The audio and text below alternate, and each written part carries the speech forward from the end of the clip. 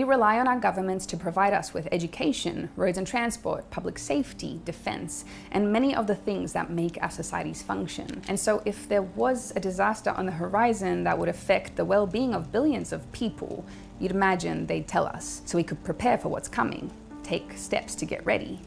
But what if they did the opposite? What if they hid the truth from us instead? Recently, I put up a poll on my Instagram story, just asking people a very basic question.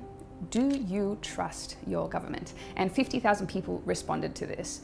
Overwhelmingly, the majority said no. Over 80% of people said no, they didn't trust their government, which left less than 1 in 5 people saying that they did. Now, if you're one of those 1 in 5 that does, chances are by the end of this video, you might be questioning your stance a little bit, because I will be revealing in this video the financial lies and manipulations that are being told to us in order to keep us in the dark about our economy. Manipulation that could be misleading billions of people to believe the illusion that things might be okay when really they might not be. Things like that we might potentially be on the verge of a huge economic collapse, the biggest one in a century. So strap yourself in, because we're gonna go for a ride, and stick around to the end where I share with you things that I'm doing myself to prepare. So let's get into it. But before we do, we have an amazing newsletter that people rave about. So if you want to find out about that yourself, link in the description.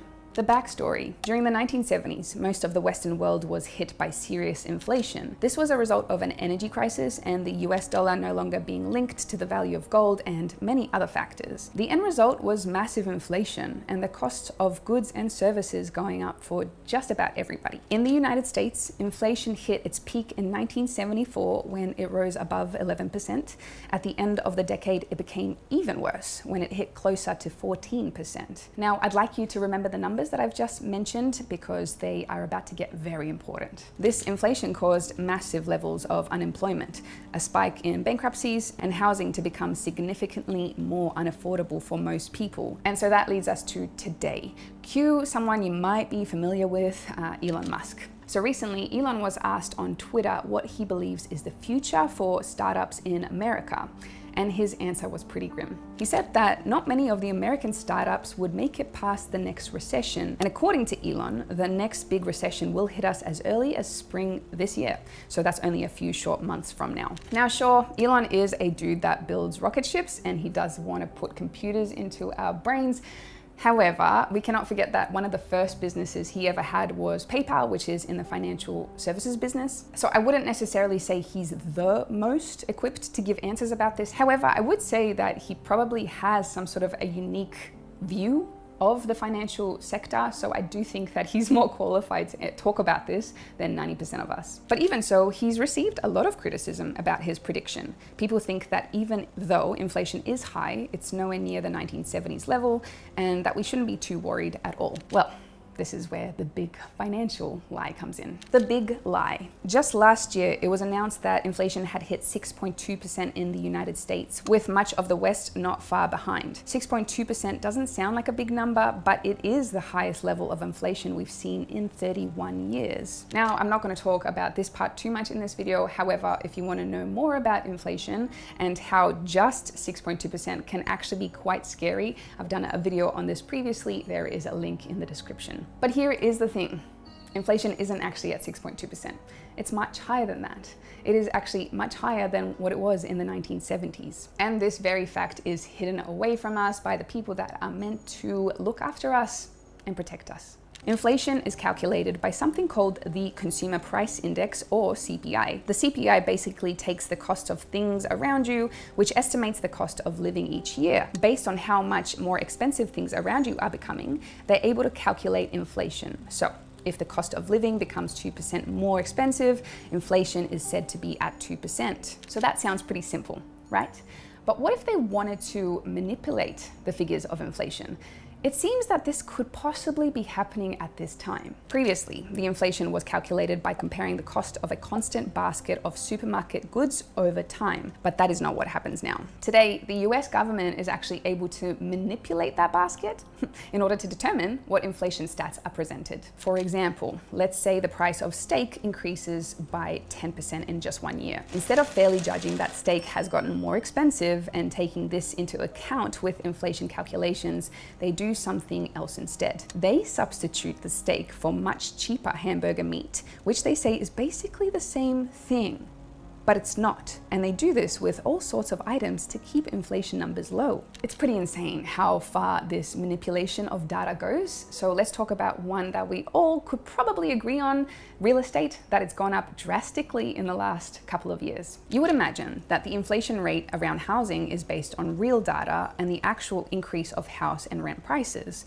Well, it used to be, but today it isn't. Instead of adding the increase of house prices, the government uses something called owner equivalent rent. This is a fancy way of saying that they just ask a few homeowners what they think they could rent their house out for and use that number. Instead of hard facts, their calculation is basically made up of opinions instead. So while the housing market in America has gotten around 15 to 16% more expensive over the last years, according to data, the government says no. They say it's only 3.9%. So it's basically like a group of scientists measuring how fast light travels. But instead of using the hard data that they find, they will ask Bob, just random Bob, and say, hey mate, how fast do you think that the light travels? And they base their expertise, their numbers, off that figure. Yeah.